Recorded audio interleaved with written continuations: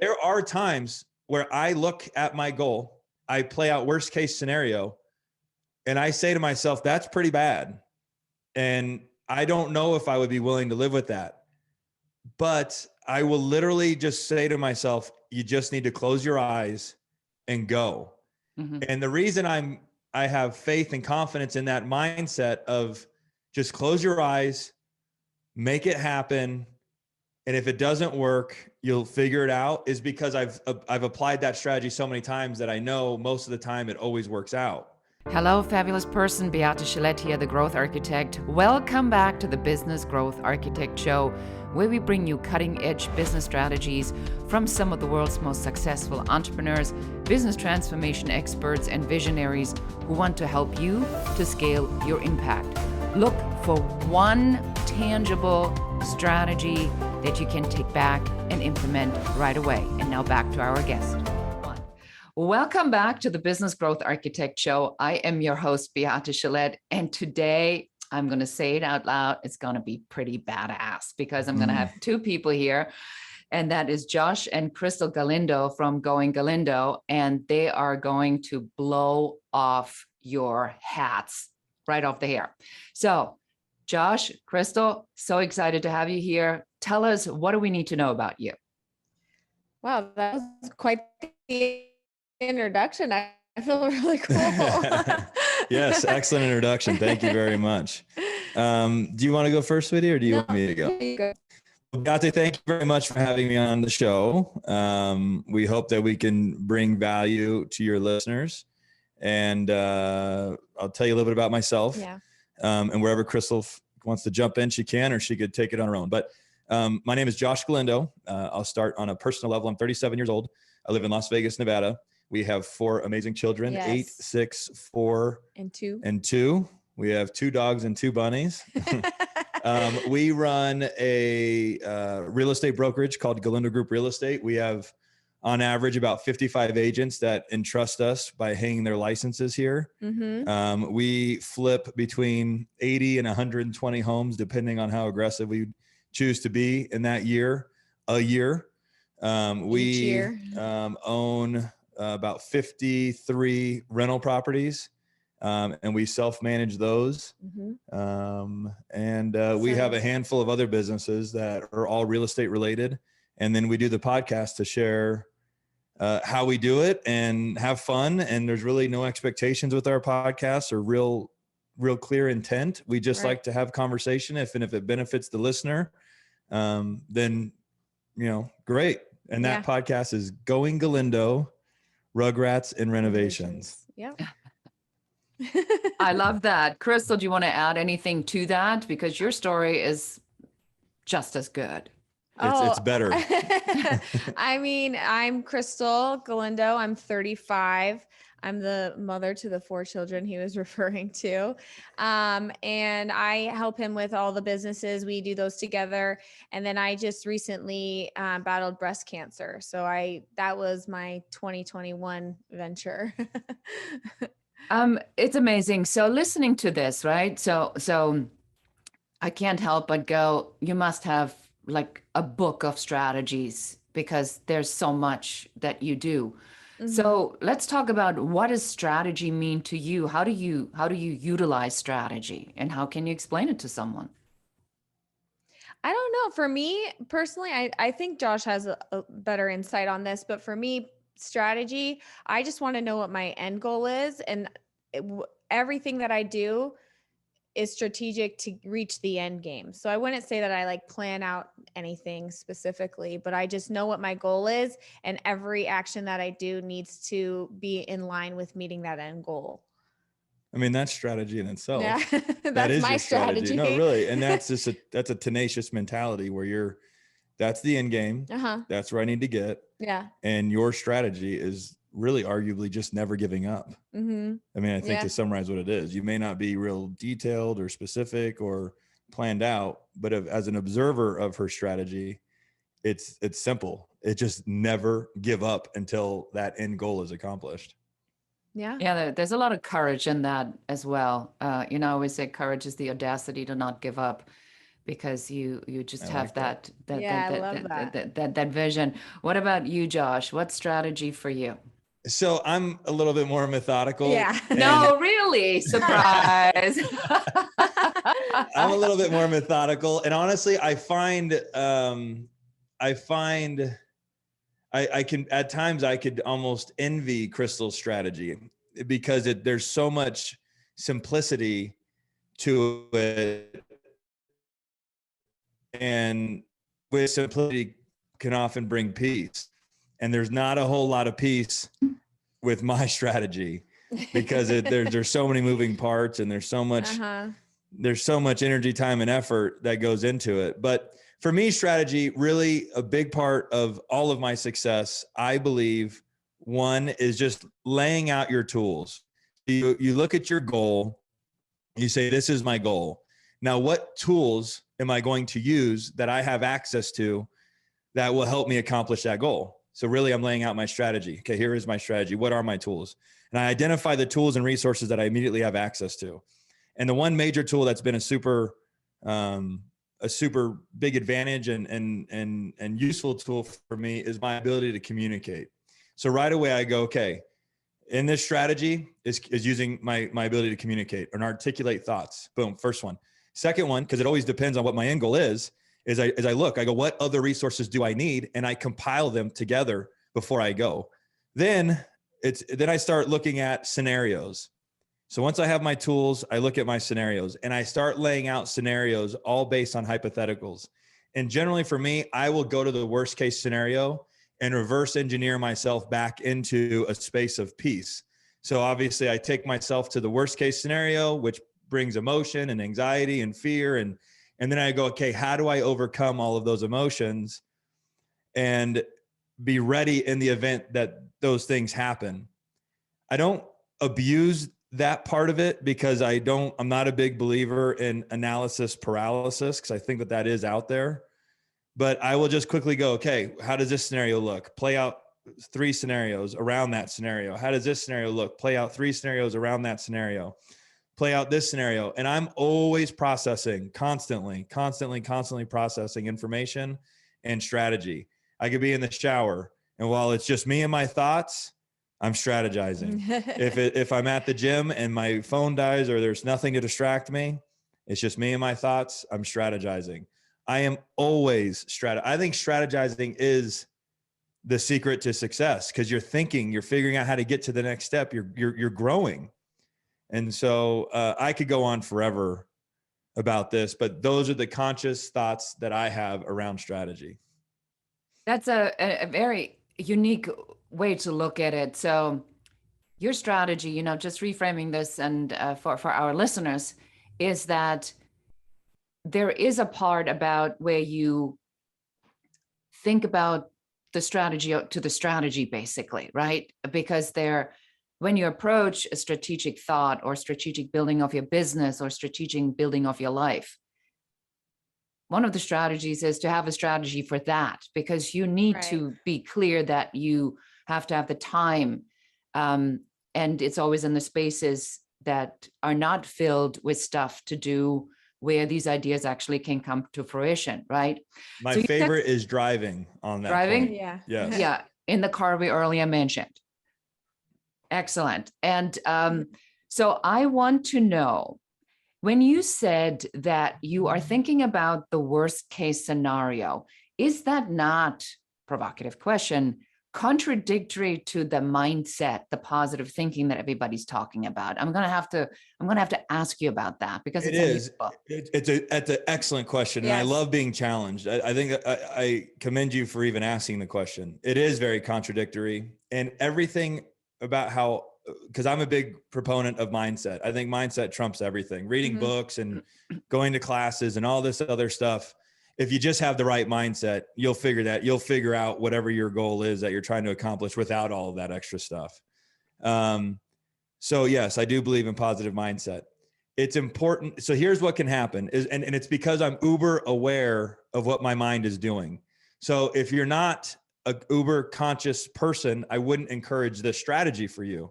But for me, I'm calculated. I'm consciously tracking my thoughts so that I know how to backtrack those same thoughts and get back to, where I started.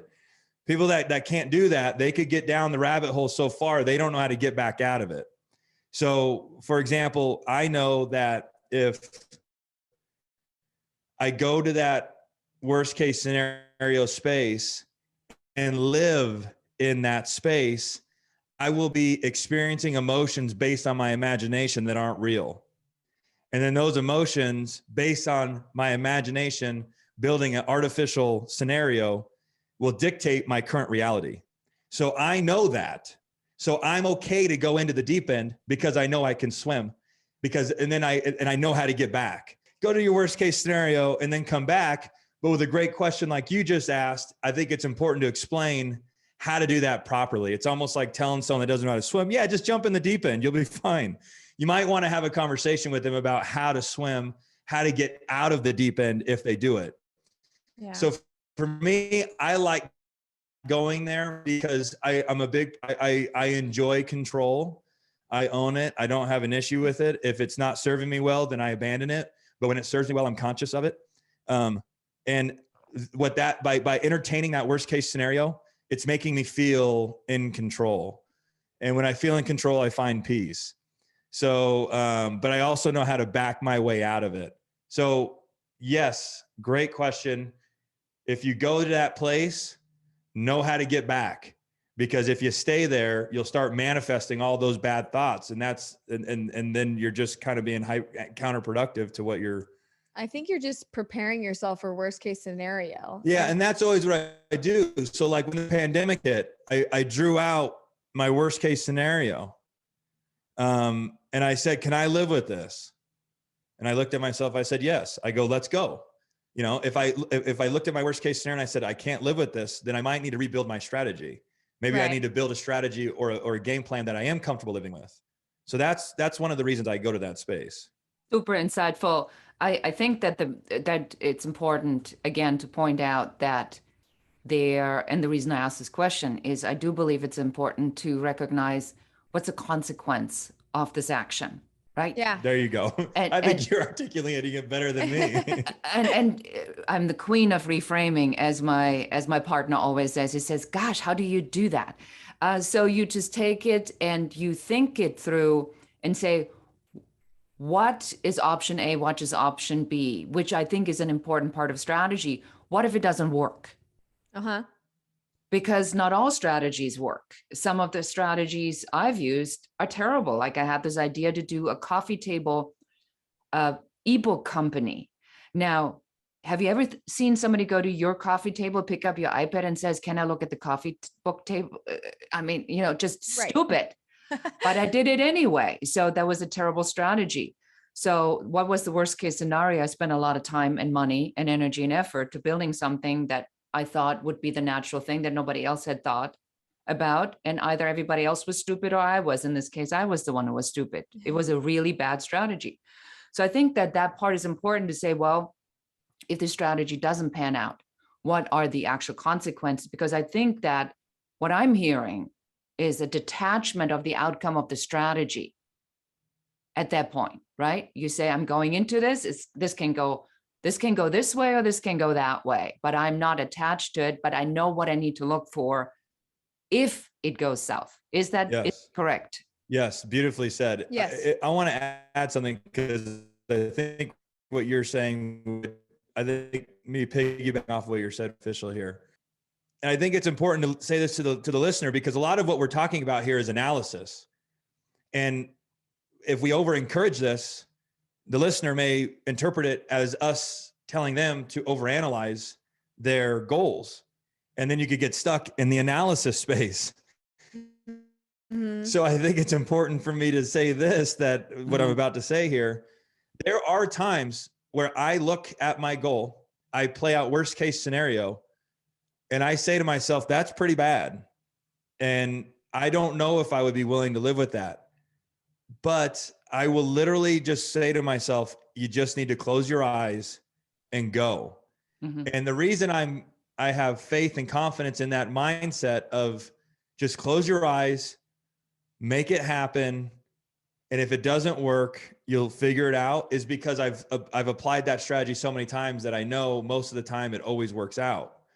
So there are many times where, because it's very easy to build a strategy and have an outcome that's not favorable, and then you Right. just shut the book and go, it didn't work.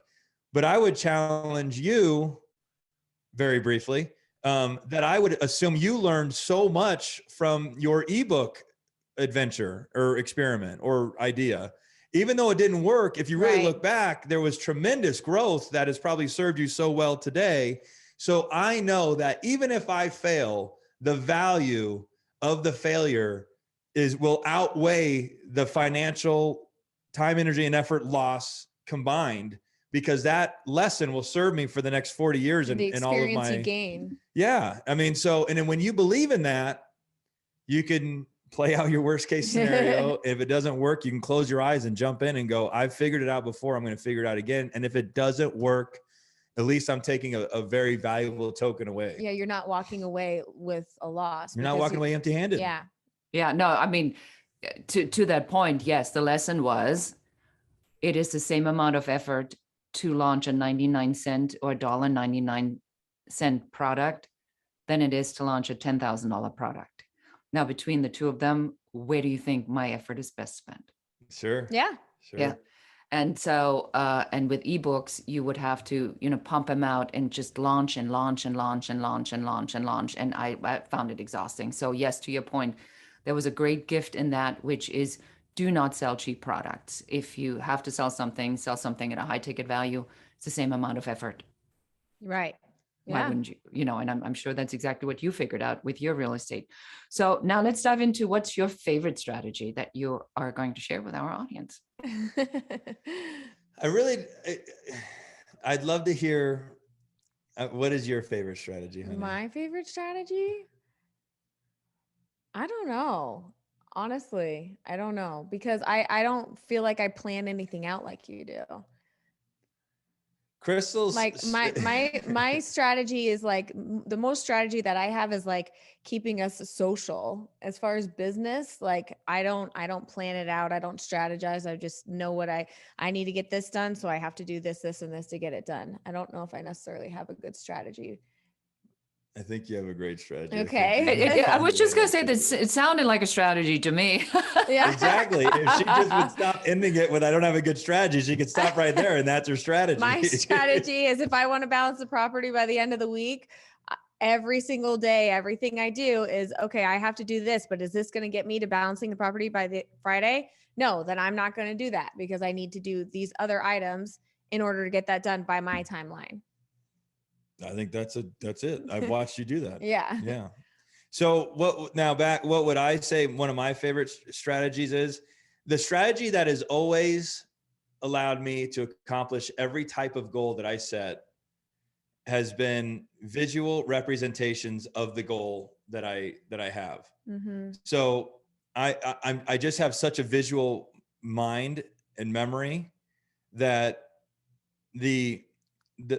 when I want something and I want to accomplish something, if I can't find a visual reference to that thought and easily accessible, like in a magazine or something like that, I'll literally Google the term. I'll type into Google my thoughts, go to images, and scroll until I find an image that's my thought, and print that image.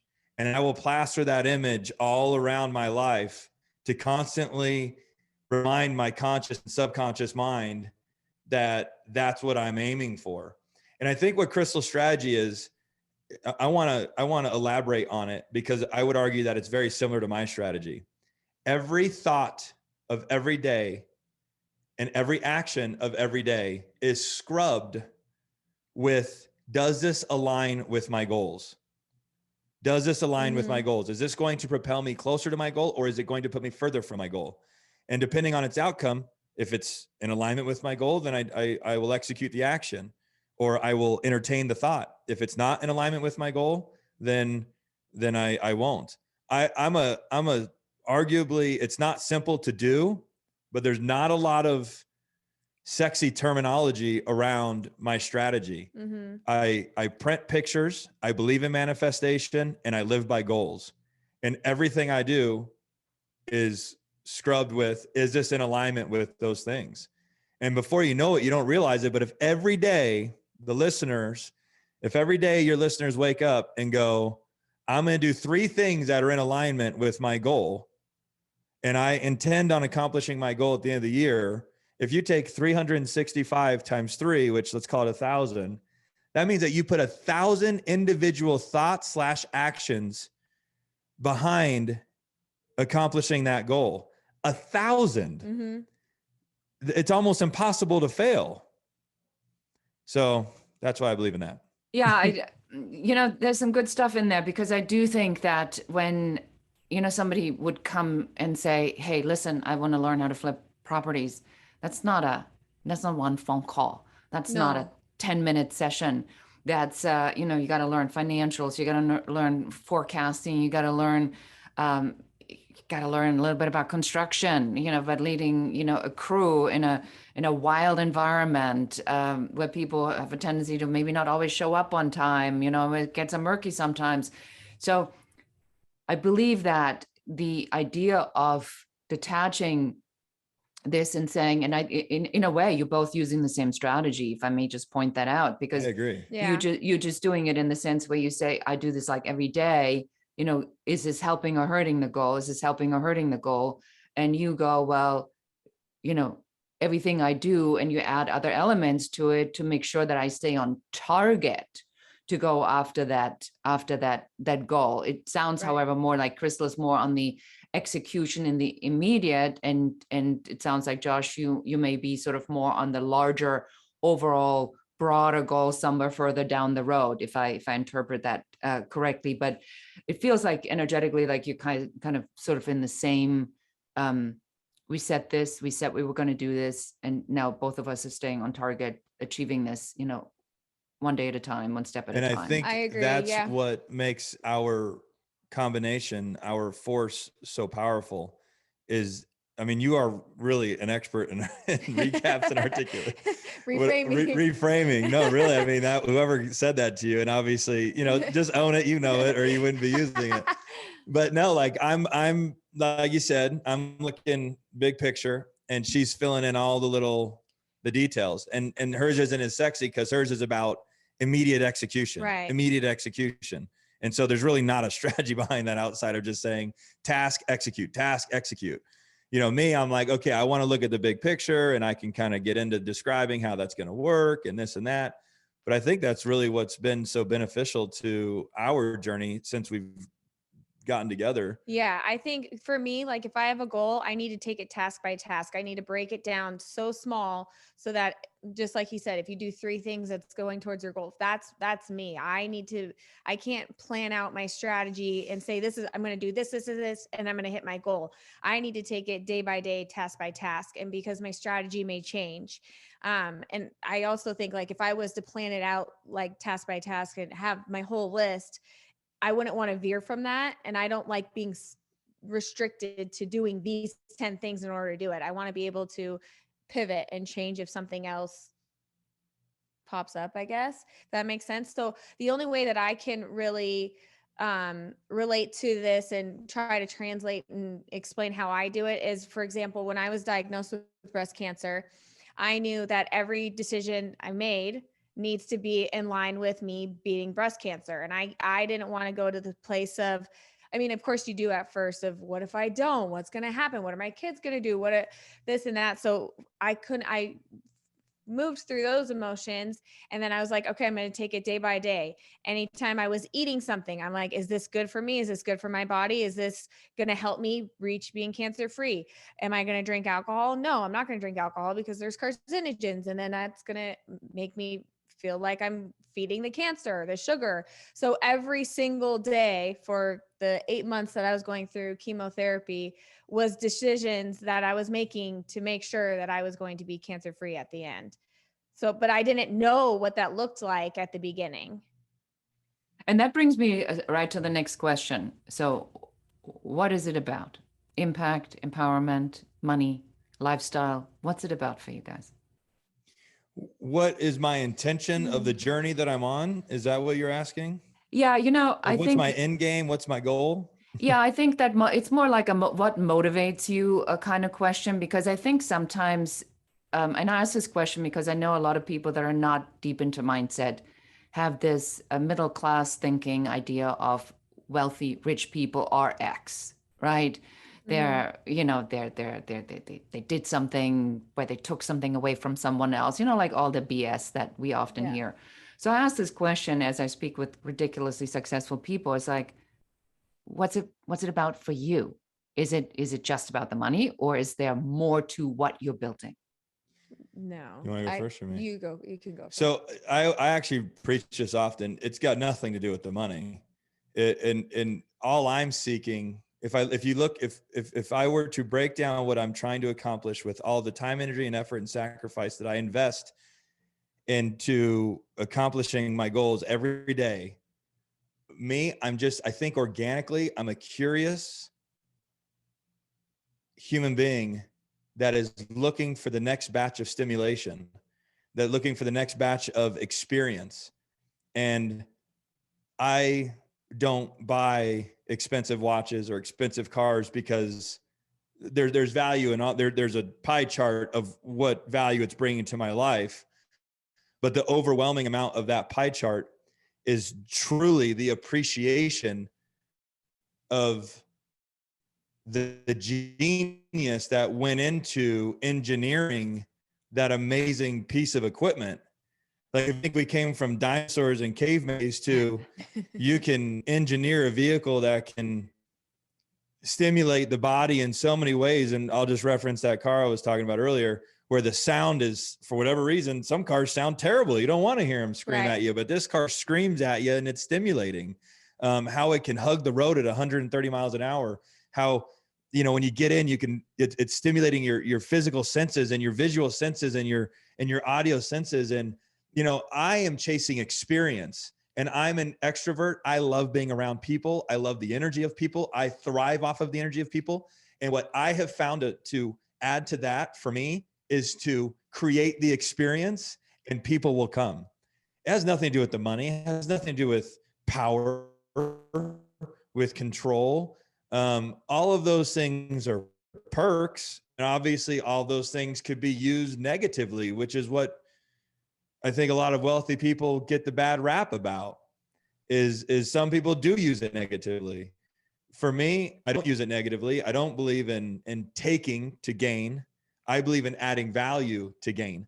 And I think I can build a very successful portfolio by adding value, which is why we're sitting here. Mm-hmm. There's no money and there's no substantial money in what we're doing here. I'm adding value. And if the universe wants to bless me with money, great. And what will I do with that money? I will generate experiences that will attract human beings to me, which will add fulfillment and will bring value to my family, will bring experiences to my children.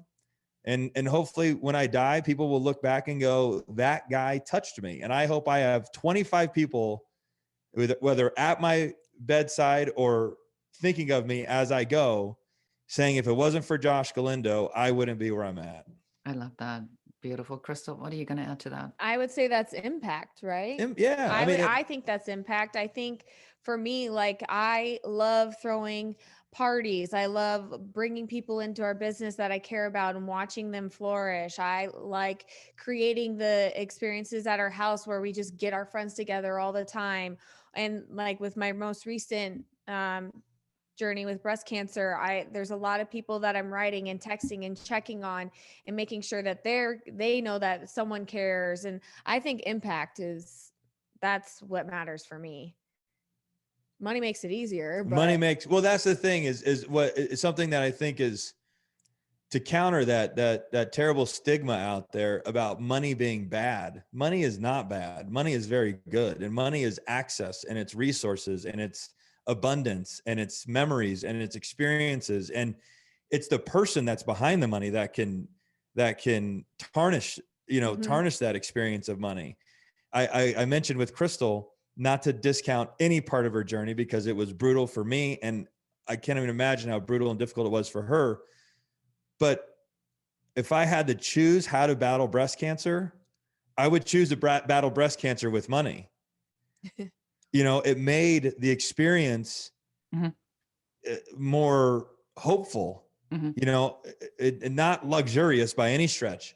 Hopeful Choices. is the It appropriate gives you word. choice. It gives you many more choices. I think that's what I'm hearing, because that's what money's about. Options. We had, That's there you beautiful. go. So I mean, and if money were rocks, I'd want rocks. And I thank you for that, for talking about this so openly, because I do believe that the wealth mindset isn't necessarily a money mindset. Money mindset is part of a wealth mindset. And if we want to share this information, it's like wealth is, and I'm sure, Krystal, specifically for you, on your wealth list, health is now at the top spot. Yeah, it is. And kind of like, how can it not be?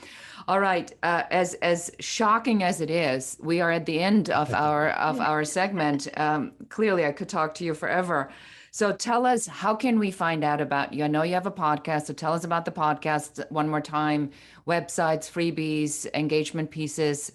Bring it on. There's many ways to get a hold of us. So I would say first, Instagram. Our handle is Going Galindo Podcast. There's also Josh. What is yours? Josh Galindo? Just do Galindo Group RE. Okay. Galindo Group RE. That's GALINDO GROUP RE. And then Going Galindo Podcast.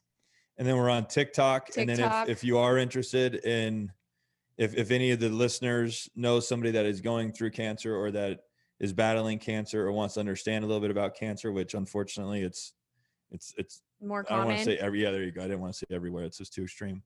Krystal's TikTok has a lot of informative humor around it, education around it. And that's Krystal M. Galindo. Yeah. On TikTok. That's KRYSTAL. M. Galindo. We're all over. You could type in Josh Galindo Las Vegas. You could type in Krystal Galindo Las Vegas. Just the last name is GALINDO, and you'll find us. So we'd love to help connect, do more podcasts with people, educate and entertain. Yeah.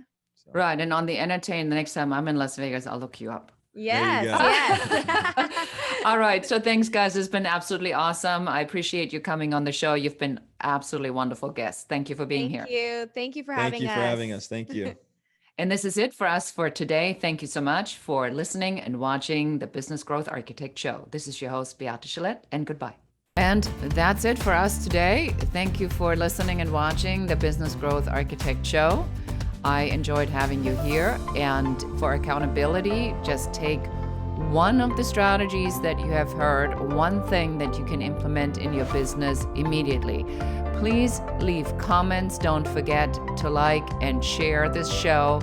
And if you have any questions about business, please put them in the comments. We are here for you. We're here to support you and help you to grow, build, and scale your own business.